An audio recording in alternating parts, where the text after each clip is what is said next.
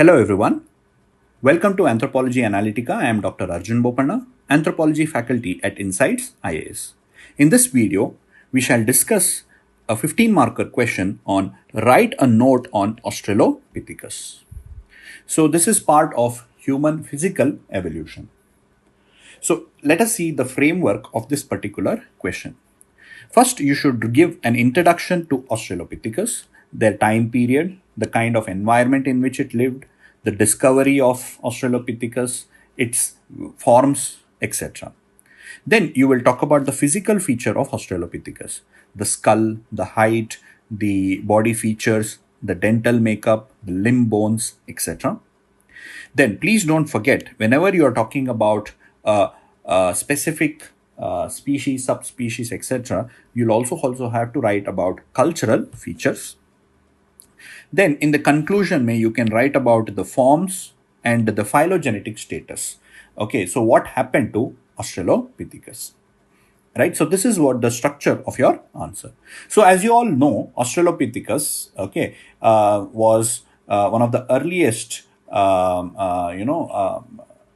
species in the line of human evolution. So it belongs to genus Australopithecus, and it is the immediate forerunner of genus Homo. Right, so it was first discovered by Raymond Dart in the Tuang Valley of South Africa. So it was discovered by Raymond Dart. It was initially called as the southern ape, and they usually existed in the South Africa and East Africa. So you draw a map, label it, and say that where it was found and some of the important sites where Australopithecus have been found. So it is very important that in physical anthropology you always draw a diagram and you mark the place. So Tuang Valley, then Sterkonofontein, Laerteli, Oldowan Gorge, Kobifora, Oma, like that you will mention different location in your map. After that, you will talk about the physical features. So you can start off with the height. Okay, height was around 3.5 to around 4 feet. Weight was around 30 to 70. About the gracile, the robustus was around 40 to 80. So like this, you have to go one by one. Okay, so height, weight, and then the bodily features. So bodily features, you start off with the skull, okay, the brain case and the skull, etc. And then you talk about the dental, and then you talk about the limb bones, etc. So you have to go in an order. Don't be haphazard, and always draw a diagram. So something like this can be drawn. Okay, so you draw a diagram like this and show, for example, sagittal crest, massive jaw. Okay, mandible, prognathic jaw, etc. So like this, you'll have to label and show the diagram. So as you all know, the size of the brain, cranial capacity, was around 400 cc, almost similar to that of the ape.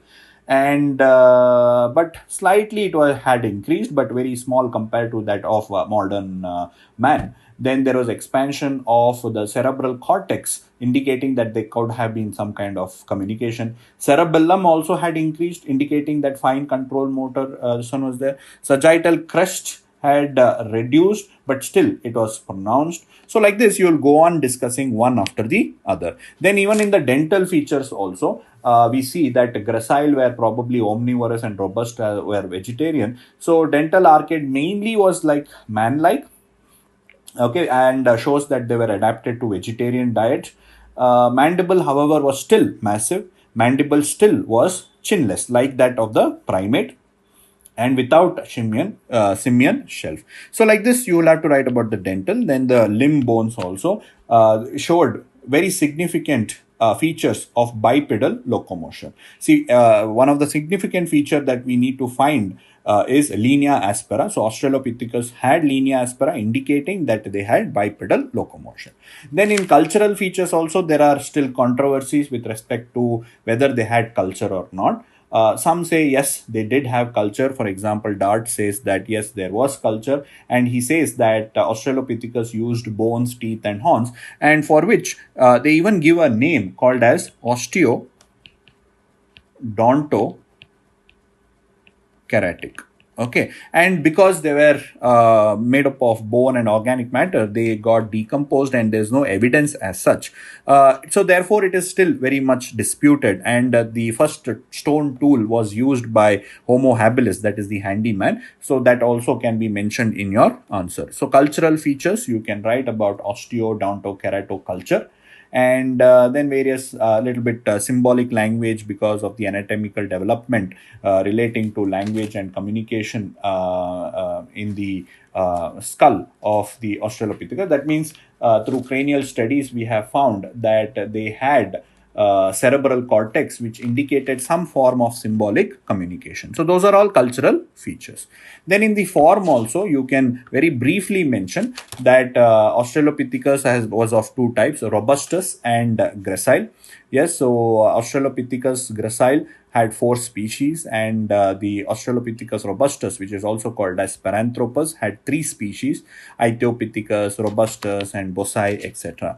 And then in the conclusion, you can talk about the phylogenetic status. Currently, what we accept is the 3-branch theory, where Australopithecus afarensis gives rise to Homo habilis, which in turn gives rise to Homo erectus and Homo sapiens.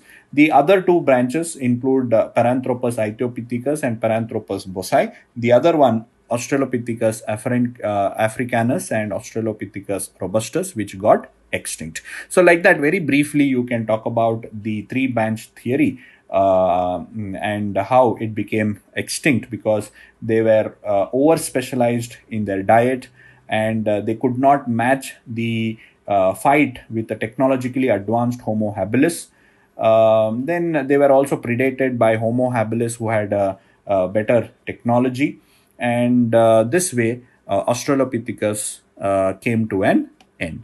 So that way you can conclude your answer about Australopithecus. So any kind of fossil is asked in your examination, this shall be your structure. So give a very brief introduction, then talk about the physical features, then talk about the cultural features, and conclusion you can talk about the phylogenetic status and what happened to that particular species.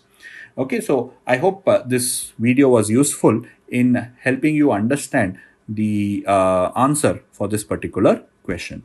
In the next video, we shall discuss the difference between magic and religion. Okay, I hope this video was useful. Thank you for watching.